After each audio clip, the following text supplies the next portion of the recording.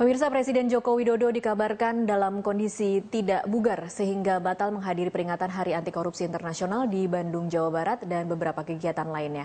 Untuk mengetahui informasi lebih lengkapnya kita bergabung dengan reporter Tezar Aditya dan juru kamera Kristianto dari Istana Negara, Jakarta. Tezar, apakah ada informasi resmi terkait kondisi kesehatan Presiden saat ini? Ya, Tasya dan juga pemirsa, tadi kami mendapatkan informasi dari tim komunikasi Presiden, Ari Dwi Payana, yang menyatakan memang saat ini kondisi Presiden Joko Widodo dalam keadaan yang kurang baik.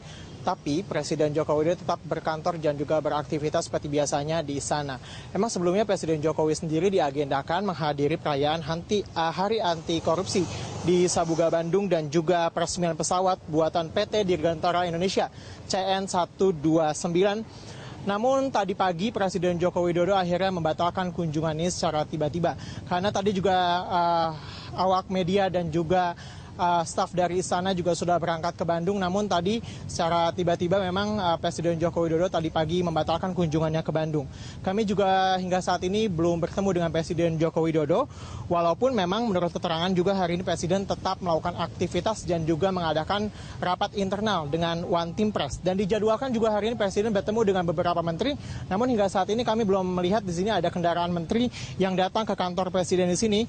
Meski demikian, menurut keterangan dari Wakil Presiden Yusuf Kala yang juga tadi bertemu dan juga makan siang bersama Presiden Joko Widodo menyatakan bahwa Presiden Joko Widodo tidak tampak sakit. Ia mengatakan bahwa batalnya Presiden ke Bandung mungkin karena ada urusan lain yang lebih mendesak. Namun JK sendiri enggan berkomentar mengenai urusan apa yang mendesak dan mengharuskan Presiden membatalkan kunjungannya ke Bandung. Tasya. Baik, terima kasih Tezar. Ada dua informasi yang berbeda antara sakit dan kemudian dari Wakil Presiden menyatakan Jokowi kondisinya baik-baik saja. Pemirsa, demikian tadi laporan dari Tezar Aditya dan juru kamera Kristianto dari Istana Negara, Jakarta. Presiden Joko Widodo dikenal sosok yang gemar melontarkan guyon. Betapapun peliknya dunia politik tanah air, namun saat lembaga negara presiden dipermainkan, kemarahan Jokowi pun meluap.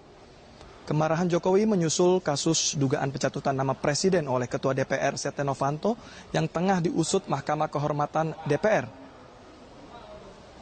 Saya baca di trending topik, ada Papa minta pulsa, ada Papa minta sahamannya gitu aja. Nggak ada. Presiden Joko Widodo dikenal rakyat sebagai sosok pemimpin yang hobi melontarkan guyon di tengah peliknya politik. Termasuk soal kasus Papa minta saham yang menjadi trending topik di media sosial jelang tutup tahun 2015. Pada kesempatan lain, Jokowi juga menyatakan bahwa dirinya mengikuti proses di Mahkamah Kehormatan DPR dan menghormati proses politiknya. Saya mendukung penuh proses di MKD. Dan sekali lagi sudah saya sampaikan bolak-balik, saya menghormati proses yang ada di MKD. Dan jangan sampai ada yang intervensi. Udah, cukup ya. Jokowi juga sempat panjang lebar berbicara mengenai bagaimana membangun kepercayaan publik di hadapan ratusan peserta Konvensi Nasional Humas.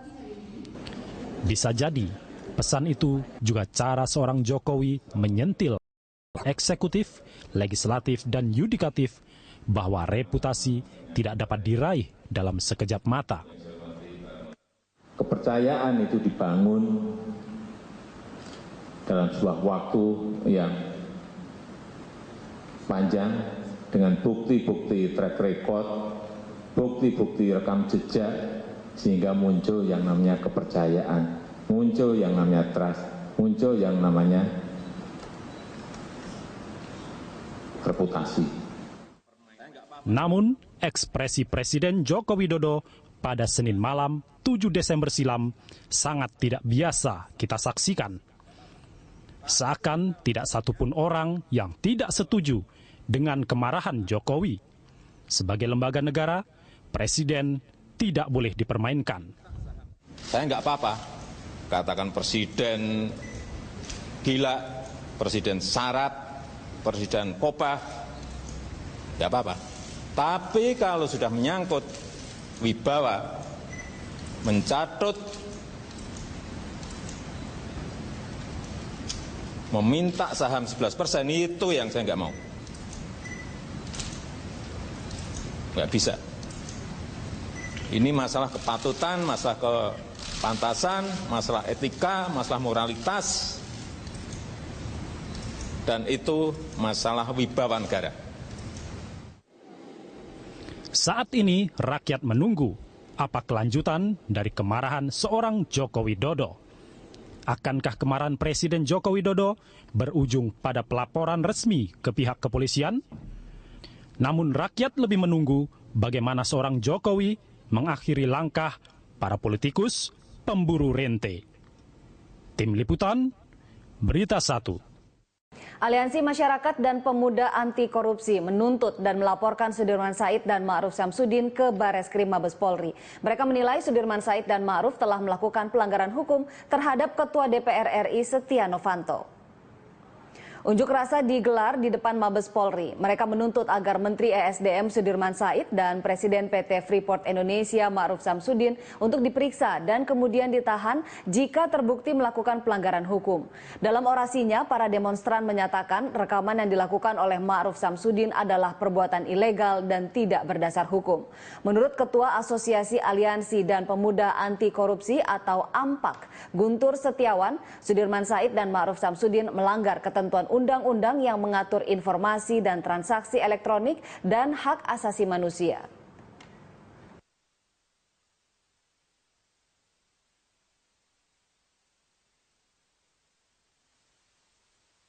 Mereka ini telah melakukan perbuatan melawan hukum. Oleh karena itu kami sebagai warga negara yang baik ikut melaporkan juga ke Bareskrim untuk segera diperiksa. Adapun tuntutannya adalah pertama, kita menuntut dan meminta kepada Bareskrim untuk memanggil Sudirman Said dan Ma'ruf Syamsuddin untuk segera diperiksa. Itu yang pertama. Dan yang kedua, saya juga meminta kepada Bareskrim Mabes Polri untuk segera, jika terbukti, saya minta... Setia Novanto, Firman Wijaya menemui Ketua DPR Setia Novanto di gedung DPR RI sore ini. Sudah ada rekan kami Sadrina Evanalia dan juru kamera Budianto yang akan melaporkan langsung dari gedung DPR Senayan, Jakarta. Sadrina, apa isi pertemuan Firman Wijaya dengan Setia Novanto? Ya, ini Ketua DPR RI ini berkonsultasi dengan kuasa hukumnya, itu Firman Wijaya di gedung Nusantara 3 DPR RI. Adapun isinya ini membicarakan mengenai validitas rekaman yang menjadi alat bukti dari kasus Papa Minta Saham. Dan tadi Firman Wijaya juga mengatakan bahwa validitas ini akan dilakukan terkait dengan adanya ada bukti-bukti yang akan dibicarakan, kemudian juga akan mendengarkan pendapat ahli dan juga undang-undang. Ini meskipun dari Kapolri Jenderal Badrodin Haiti dan juga Kejaksaan Agung menilai bahwa rekaman antara Ketua DPR RI dan juga beberapa pihak lainnya ini sudah menjadi alat bukti yang sah. Sementara itu dari Firman Wijaya sendiri mengatakan bahwa rekaman alat bukti itu sebenarnya ilegal dan ini adalah sebagai kepalsuan yang direncanakan. Pasalnya Presiden ataupun Presiden Direktur PT Freeport yaitu Ma'ruf Syamsuddin ini merekam secara sengaja kemudian menjadikan rekaman ini sebagai dengan alat bukti. Tadi Firman Wijaya juga mempertanyakan kepada Kejaksaan Agung mengapa Kejaksaan Agung tidak memberikan rekaman asli kepada Mahkamah Kehormatan Dewan. Ani. Ya, Sadrina, apa yang akan dilakukan MKD setelah Kejaksaan menolak menyerahkan rekaman asli tersebut?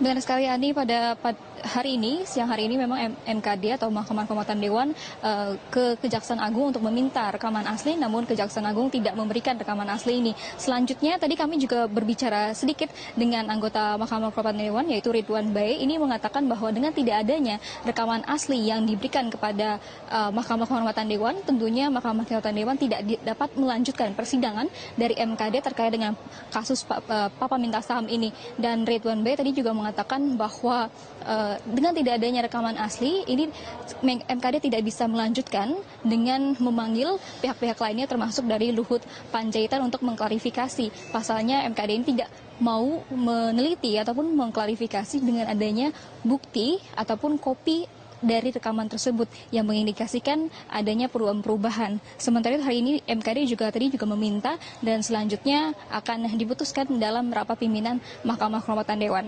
Ani? Baik, terima kasih Sadrina. Selamat kembali bertugas. Pemirsa, demikian tadi laporan dari Sadrina Evanalia dan juru kamera Budianto yang melaporkan langsung dari gedung DPR Senayan, Jakarta. Anda menyaksikan News Update pukul 17 waktu Indonesia Barat bersama saya Andi Rahmi. Wakil Ketua DPR Fahri Hamzah meminta KPK untuk menginvestigasi kasus perpanjangan kontrak PT Freeport Indonesia. Fahri mengatakan agar kasus Papa minta saham dibuka secara terang benderang. Kita ingat dulu kasus Senturi ya, nanti kita minta BPK investigasi kasus ini.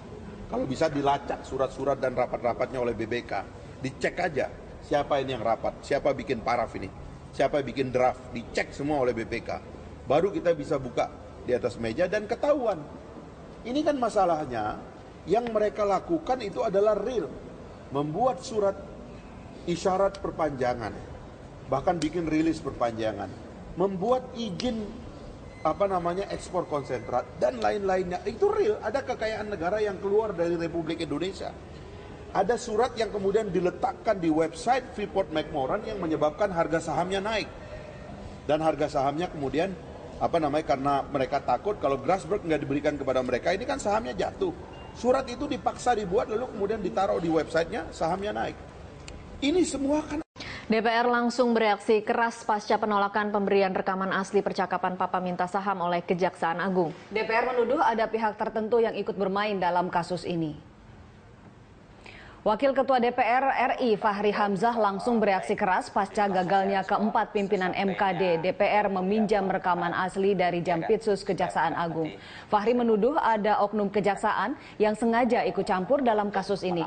Fahri menambahkan seharusnya pihak kejaksaan bekerja sama dengan MKD dengan meminjamkan sementara rekaman Papa minta saham tersebut. Fahri mengancam akan mengangkat hal ini dan membahasnya dalam pansus angket. Dan sekarang ada oknum-oknum dari kejaksaan yang mulai main di sini karena kepentingan-kepentingan dia. Tidak mau menyerahkan alat bukti yang sebenarnya kepada MKD. Padahal kalau hormat dengan kita kan, karena ini datang ke sini dulu, kasih dong. Motifnya apa? Motifnya karena mereka punya permainan. Dan geng-geng ini saya kira harus disapu habis ini, pemain-pemain yang nggak jelas ini. Ya, ini yang disebut Pak Rizal ini saya kira saya mendukung Pak Rizal Ramli ini perlu kepret-kepret semua ini. Karena orang-orang ini juga pintar nyerang orang lain padahal dia sebetulnya yang berdosa. Gitu loh. Ayo kita buka semua di sini.